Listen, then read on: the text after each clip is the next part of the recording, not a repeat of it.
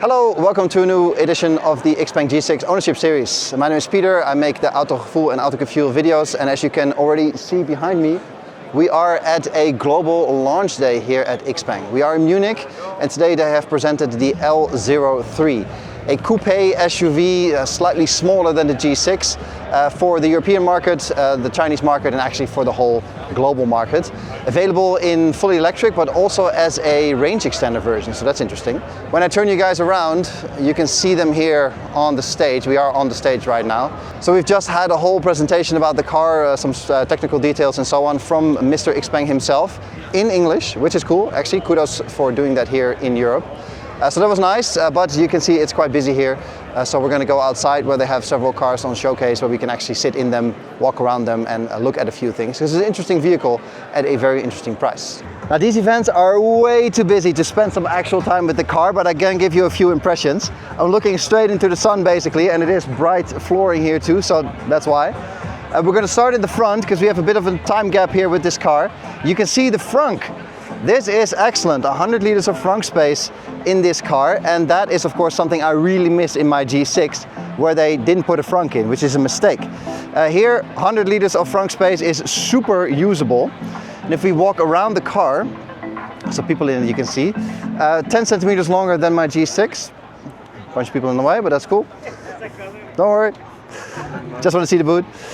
Here we have 1600 liters of boot capacity with the seats down. And when we zoom out a little bit, then it is 550 almost with the seats up. So that's super impressive because my G6 only has 50 liters more, just under 600. So that is impressive. And overall, when you see the car like this, it is a good looking vehicle and a nice compact size, very much for the urban environment as they say, but still gives you the opportunity to also use it as a full family car.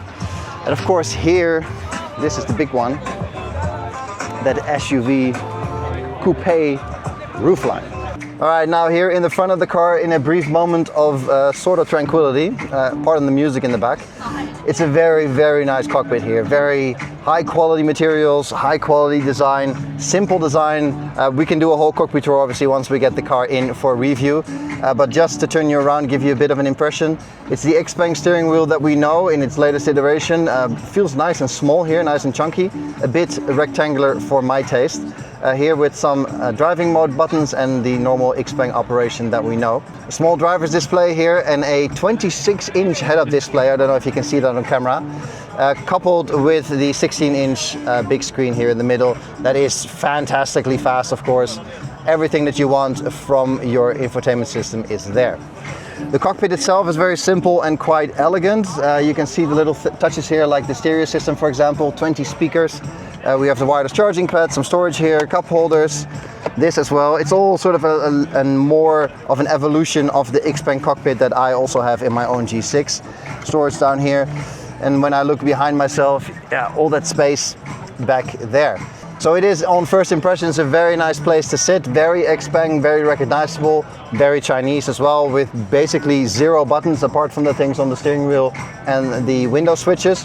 So still super minimal, almost traditional Chinese, like I said, but it works really well, and they haven't overdone it. It is still a very usable cabin. So that's quite nice. Very briefly, we got to jump in the back of one of these. What an amount of space. It's amazing. Looking in front of me, look how much space there is for my knees. And I'm 183 and 100 kilos. I have more than a hand of space. And you can see in the front, there's a full-grown adult sitting there. It is quite remarkable how much space there is back here. Materials are also the same as in the front. This is the light gray interior. There's also a dark gray interior and I believe 6 exterior colors, so you can mix and match there.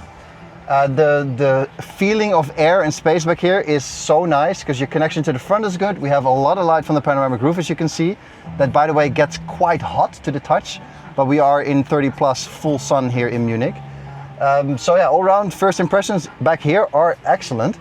Looking behind though, this is the amount of space you get to see through as the driver. So we'll have to see in the actual road test how that pans out. But obviously you can use the cameras as well. But all around, first impressions back here, space-wise, amazing, but also just the feeling of well-being back here, very well done.